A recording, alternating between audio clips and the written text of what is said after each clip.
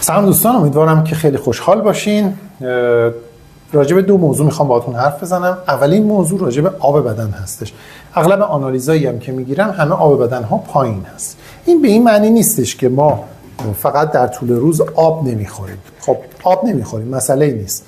اگر هم آب بخوریم و باز هم آنالیزمون آب رو کم نشون بده، نشون میده که این حرف درسته که باید آب متابولیکی در بدن وجود داشته باشه که سطح آب بدن رو بالا نشون بده.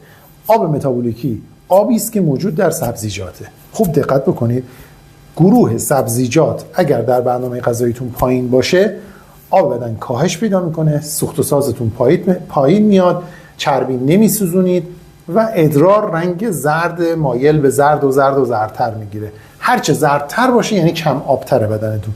پس بنابراین برای داشتن ادرار شفاف و پر آب و چربی سوزی سبزیجات فراوان مصرف